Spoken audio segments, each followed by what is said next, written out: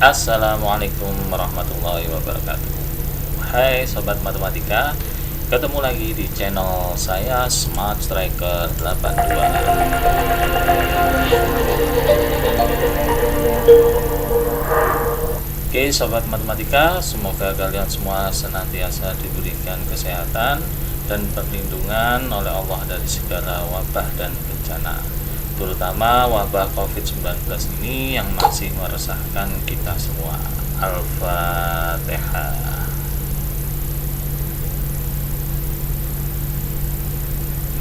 Amin ya robbal alamin.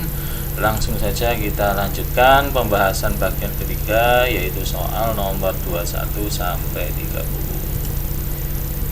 Soal 21 ini berkaitan dengan fungsi, tepatnya fungsi linear. Nah, di sini diketahui F2 sama dengan 9 dan F4 sama dengan 1. Yang ditanyakan F1 adalah berapa.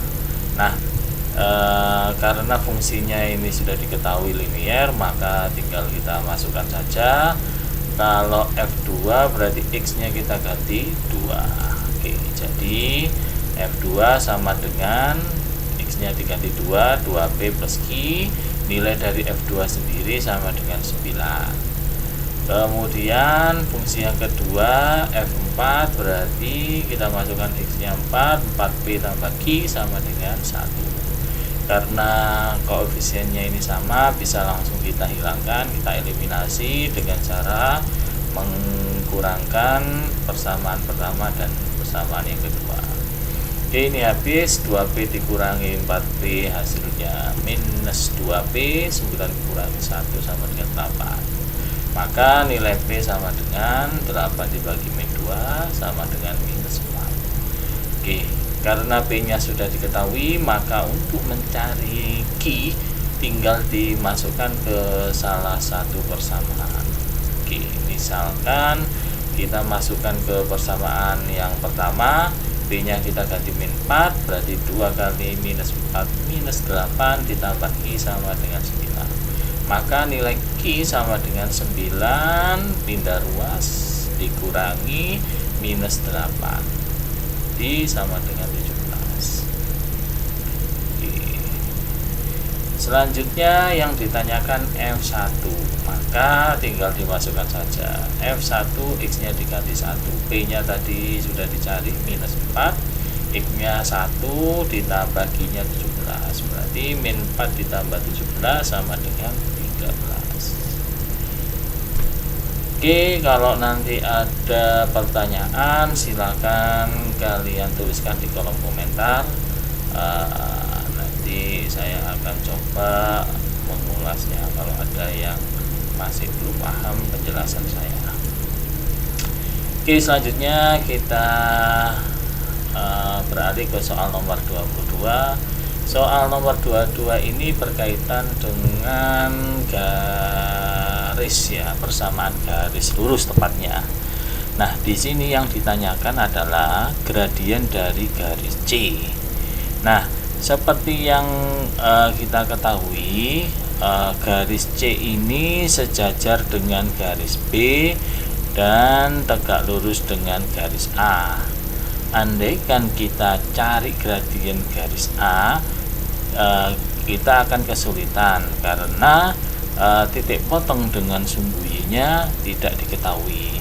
Maka kita gunakan persamaan garis B, karena garis B ini memotong sumbu X di minus 2 dan memotong sumbu Y di 4. Oke, untuk itu kita bisa cari gradien garis B. Nah, garis C jelas sejajar dengan garis B sehingga gradiennya bernilai positif. Kenapa kok positif? Karena dia condongnya ke kanan ya. Jadi ini patokannya, dia condongnya ke kanan. Kemudian B ini melalui titik minus 2,0 dan 0,4. Maka bisa menggunakan rumus gradien yang diketahui dua titik, yaitu delta Y per delta X. Delta Y itu selisih dari nilai Y dibagi delta X selisih dari nilai X. bukan selisih ya, langsung aja pengurangan ya. 4 dikurangi 0, 4.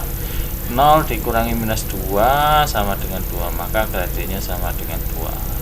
Kalau kalian menggunakan gambar ini sebenarnya lebih mudah, tinggal kalian bandingkan aja jarak vertikal. Jarak vertikalnya 4, jarak horizontalnya 2, maka 4 dibagi 2 sama dengan 2. Condongnya ke kanan menunjukkan dia positif atau negatif, sama saja ya. Nah, selanjutnya karena garis C sejajar dengan garis B, maka gradien garis C tentunya sama dengan gradien garis B, yaitu sama dengan 2. Oke, mudah kan? Oke, saya rasa mudah. Nah, khususnya untuk persamaan garis itu pasti ada 2 jawaban yang kemungkinannya salah ya. Jadi kalian pertama kali mengerjakan persamaan garis itu eliminir ya, hilangkan 2 jawaban yang pasti salah. Contoh, garis C yang ditanyakan, maka garis C ini condongnya ke kanan, gradiennya pasti positif, maka jangan pilih A dan B ya, jelas itu A dan B gradiennya negatif. Nah, berarti kan kalian kemungkinannya ada 2 ini, kalau nggak C, D, maka peluang ngawurnya itu lebih besar daripada harus ngawur 4 jawaban. Oke, semoga kalian memahaminya. Kita lanjut ke soal nomor 23. Nah, 23 ini masih seputar persamaan garis lurus. Yang ditanyakan pernyataan berikut yang benar adalah, nah, diketahui persamaan dari 4 garis lurus. Garis yang pertama persamaannya X sama dengan 2Y plus 4, garis Q 2X min Y min 5 sama dengan 0, garis R 4Y sama dengan 2Y plus 1, garis S X plus 2Y sama dengan 3. Nah, di sini berarti ada 2 model persamaan garis yang digunakan ya. Yang pertama modelnya Y sama dengan MX plus C, maka gradiennya itu yang melekat di X ya, tapi syaratnya Y nya itu harus 1. Jadi kalau dia nggak 1 tinggal dibagi saja dengan koefisien Y. Jadi nilai gradien itu yang melekat pada X. Nah, sedangkan kalau persamaannya AX plus BY sama dengan C, maka nilai gradien itu sama dengan kebalikan atau minus A per B ya. A itu koefisien X, B itu koefisien Y. Jadi tandanya berlainan ya, berkebalikan tandanya. Oke. Nah, sekarang kita cek satu persatu. Garis P ini gradiennya berapa? Karena ini dalam bentuk Y, maka ini kita bagi kedua ruas dengan 2 ya. Tujuannya kan mencari Y, ini model ini. Kalau dibagi 2, maka depannya X ini setengah. Jadi gradien garis P adalah setengah. Nah, garis Q ini kita gunakan persamaan yang ini. Tinggal kita cari gradiennya minus dari A per B, A nya 2, B nya min 1. Jadi minus dari 2 per min 1 sama dengan 2. Garis R, karena kita ingin mencari Y sama dengan, maka kedua ruas kita bagi 4, maka diperoleh 2 per 4 sama dengan 1 per 2. Nah, selanjutnya garis S, gunakan persamaan ini, diperoleh minus 1 per 2 ya. Nah, setelah kalian data satu persatu gradien keempat garis ini, maka kalian bisa menyimpulkan MP gradiennya sama dengan R, maka dia pasti sejajar ya. Jadi P sejajar R karena gradien P sama dengan gradien R. Sedangkan Q sama S itu saling tegak lurus ya. Kenapa kok saling tegak lurus? Karena perkalian gradiennya itu sama dengan minus 1. 2 kali minus 1 per 2 sama dengan minus 1. Nah, oke, kemudian kita cek mana jawaban yang benar. P sejajar S jelas salah, Q tegak lurus R jelas salah, P sejajar R. Nah, ini jawaban yang tepat. Oke, silakan kalian pahami lagi, nanti kita sekarang lanjutkan ke soal berikutnya nomor 24. Nah, soal nomor 24 ini berkaitan dengan sistem persamaan linear dua variabel. Di sini ada dua variabel linear karena pangkat tertingginya 1. Nah, untuk menyelesaikan soal ini maka kita bisa menggunakan metode eliminasi dan substitusi ya. Jadi kita lihat dulu persamaannya, kita tulis semua, kemudian untuk eliminasi kita samakan salah satu koefisien salah satu variabelnya. Oke, misalkan kita ingin hilangkan variabel X, maka kita kalikan dengan kebalikannya. Ini 1, 2, maka kebalikannya 2 dan 1. Nah, ketika keduanya ini kedua ruas dikalikan 2, maka hasilnya adalah 2x min 6y sama dengan 10. Sedangkan yang bawah kalikan 1 berarti tetap 2x min 5y sama dengan 9. Oke, karena koefisiennya sudah sama, maka kita hilangkan dengan cara mengurangi ya. Kemudian ini min 6 dikurangi min 5 atau min 6 tambah 5, hasilnya min y sama dengan 1. Maka nilai y sama dengan minus 1. Nah, setelah kita dapat nilai y, maka untuk mencari nilai x tinggal digantikan ke salah satu variabel, salah satu persamaan. Boleh persamaan yang pertama atau persamaan yang kedua. Nah, di sini kita kita gantikan ke persamaan yang pertama. Karena kita ingin mencari x, maka min 3y pindah ruas jadi plus 3y. Maka kita peroleh 5 plus 3y, y-nya kita ganti min 1, ketemu 5 ditambah minus 3 atau 5 dikurangi 3 sama dengan 2. Nah, kita simpulkan jawabannya ya. Hati-hati ketika kalian sudah ketemu min 1, jangan langsung mencoret ini. Lihat dulu yang ditanyakan. Karena yang ditanyakan 3x plus 2y, maka tinggal kita masukkan saja 3 kali x nya 2 ditambah 2 kali y nya minus 1. 3 kali 2 6, 2 kali minus 1 minus 2, maka sama dengan 4. Oke, kita lanjutkan soal berikutnya. Nah, soal berikutnya ini masih berkaitan dengan sistem persamaan linear dua variabel, tapi bedanya ini berupa soal cerita. Dan ini juga menuntut kalian untuk membaca data. Nah, kita lihat Bambang dan Hari membeli buku tulis dan pulpen pada toko yang sama dengan bukti pembayaran sebagai berikut. Nah, di sini adalah saudara Bambang ya. Bambang punya uang Rp43.000. Dia membayar 3 buku tulis dan 5 pulpen. Nah, seperti ini. Dia beli 3 buku tulis dan 5 pulpen, harganya Rp43.000. Sedangkan Hari dia beli 4 buku tulis dan 2 pulpen, harganya Rp34.000. Nah, di sini sama seperti itu tadi, kalian tinggal menghilangkan variabel yang mana.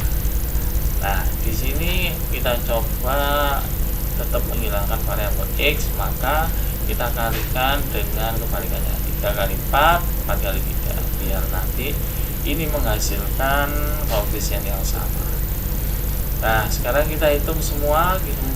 Persamaan pertama kita kalikan 4 diperoleh 12x plus 20y sama dengan 172. Sedangkan yang persamaan kedua kita kalikan 3 semua, ketemu 12x plus 6y sama dengan 102. Karena ini sudah sama, tinggal dikurangkan saja. Ini ketemu 14y. Nah, di sini ketemu 70.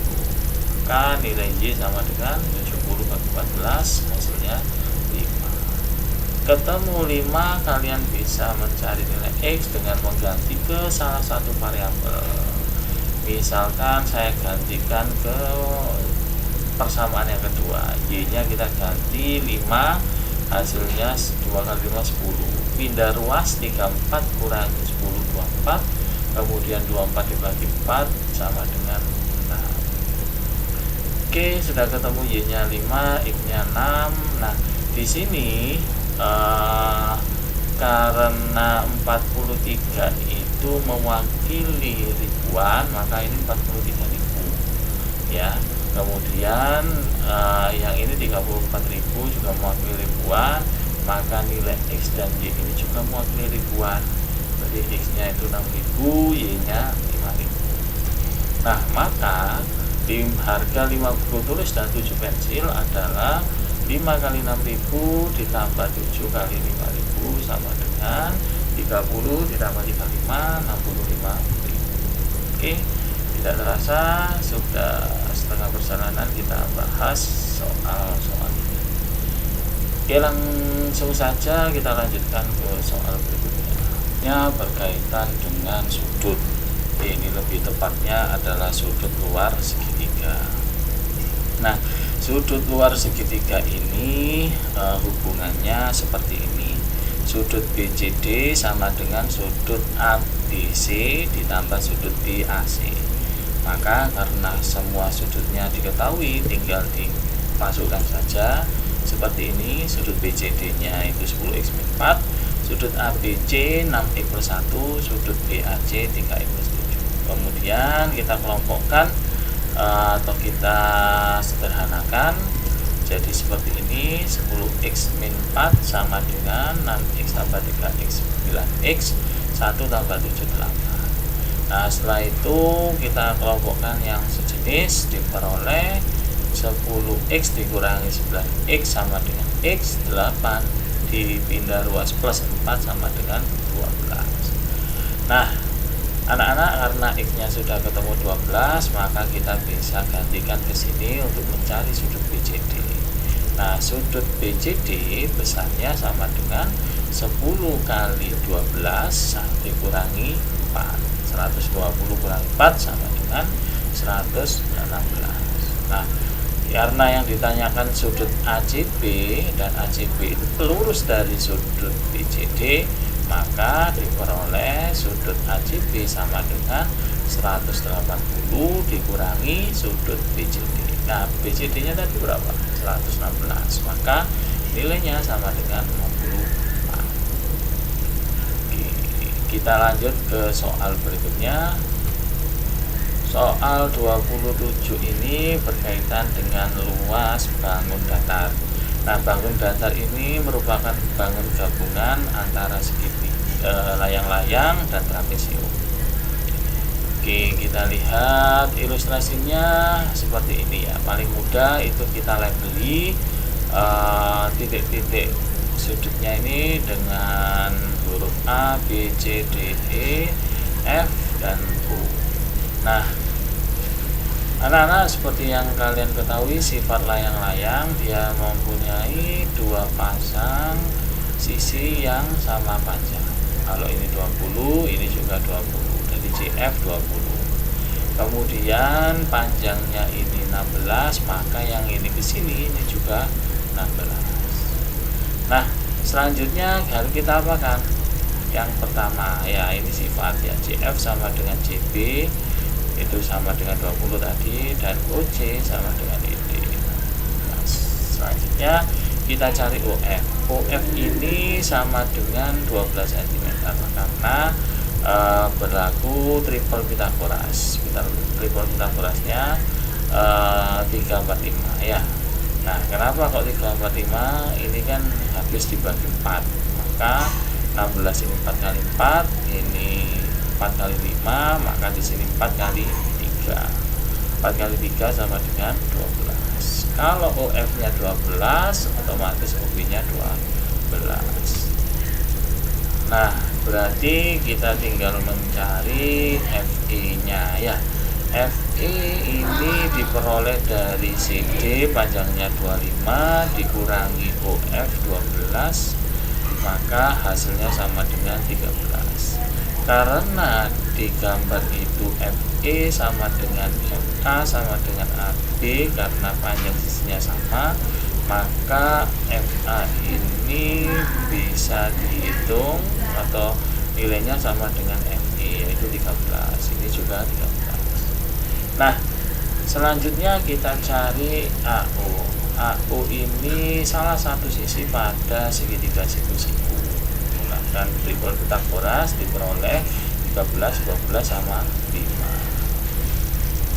Jadi luas bangun adalah luas layang-layang ditambah luas trapesium. Luas layang-layang rumusnya setengah kali diagonal 1. Diagonal 1 berarti AC, panjangnya 5 tambah 16, 21, dikalikan diagonal yang 2 dari F ke B, totalnya 24. Kemudian luas trapesiumnya setengah kali jumlah sisi yang sejajar, 13 tambah 25, dikalikan tingginya 16. Nanti ketika kalian hitung ketemu 556 cm persegi. Oke, kita lanjutkan soal berikutnya. Nah, soal berikutnya ini masih dibangun data, tapi ini bicara tentang keliling ya. Pak Dodi mempunyai tambak ikan berbentuk persegi panjang, ukurannya 100 meter kali 150.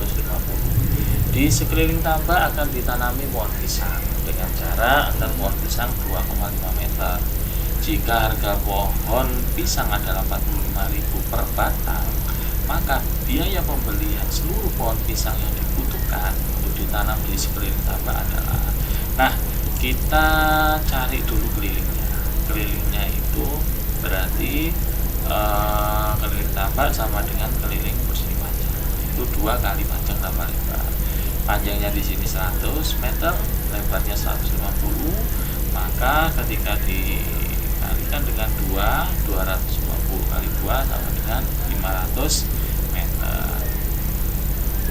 Nah, tiap meter akan ditanam jarak antar pohon pisang ya, tiap 2,5 meter. Jadi jarak antar pohon pisang 2,5 meter. Maka banyak pohon pisang yang ditanam, tinggal dibagi saja 500 dibagi 2,5. Kalau kalian kesulitan dalam membagi koma, maka ini kita buat bilangan bulat dengan cara kedua ruas kalikan 10. Kalikan 10 5.000 kali 10 25. Maka ketika kita sederhanakan ketemu 200 pohon pisang. Jadi harga pohon pisang berbatang itu 45.000. Nah, pertanyaannya berapa biaya pembelian seluruh pohon? Nah, di sini tinggal dikalikan aja. Harga pohon pisang berbatang 45.000, kemudian di situ ada 200 pohon pisang yang akan ditanam, maka tinggal dikalikan 200, ketemu biaya totalnya adalah 9 juta rupiah. Oke anak-anak, tinggal 2 lagi. Semoga kalian tetap semangat, perhatikan penjelasan Ustaz. 29 ini berkaitan dengan Pitagoras. Jadi seorang pengamat berada di atas mercusuar yang ketinggiannya 80. Pengamat melihat kapal A dan kapal B. Jarak pengamat ke kapal B 100 meter, jarak pengamat ke kapal B 107 meter.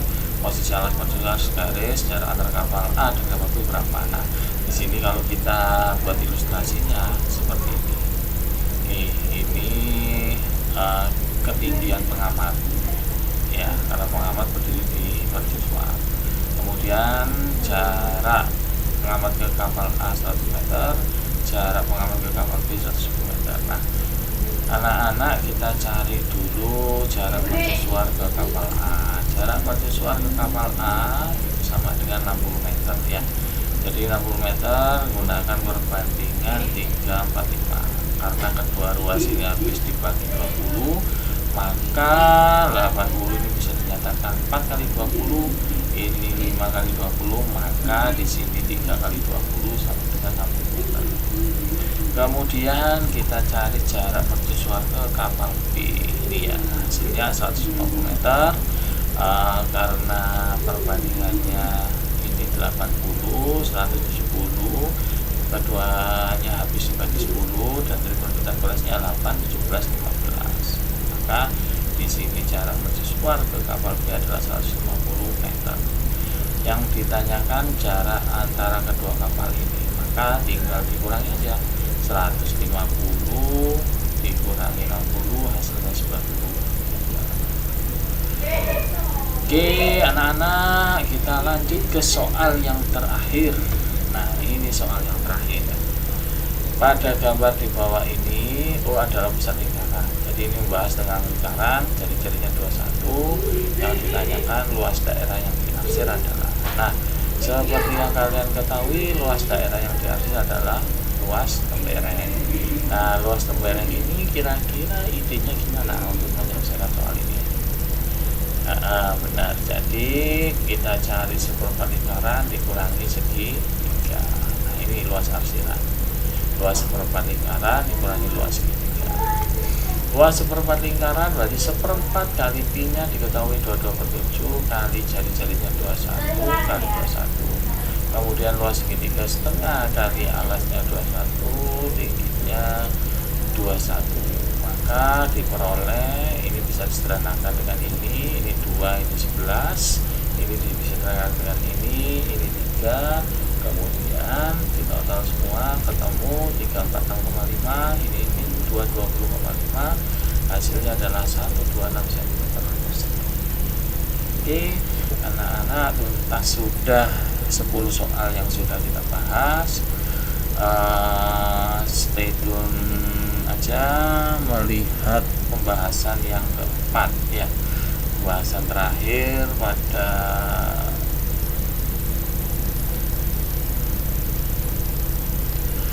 anak-anak, tuntas sudah 10 soal yang kita bahas kali ini.